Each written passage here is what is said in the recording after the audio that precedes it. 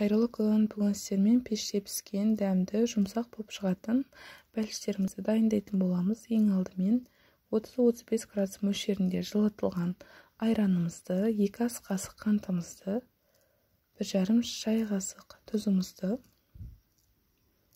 11 грамм мөлшерінде дрожжымызды, 2 ас қасық ситодан өткізілген ұнымызды қосып, біркелкі болғанша араластырамыз. Араластырып болғаннан кейін жылы жерге бетін жауып 10 минутқа қойып қоясыздар. 10 минуттан кейін апарамыз осылай дайын болып көтеріледі.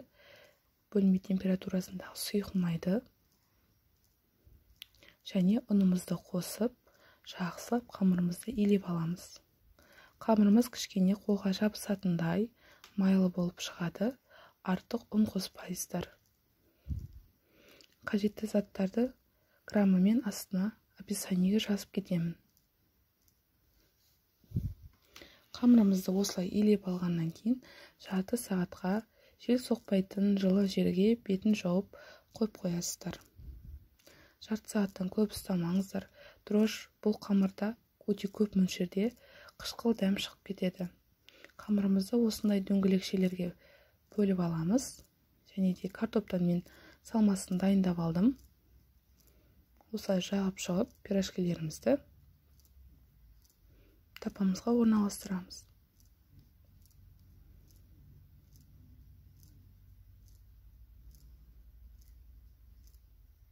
Тапамыздың астын майлап қажет емес, өйткені қамырымыз бізде майлы. Орналастырып алғаннан кейін бетін жауып 15-20 минутқа қалдырасыздар. 15-20 минуттан кейін бетіне жұмыртқаның сарысын қалауларыңызға қарай кунжут немесе мак сепсеңіздер болады.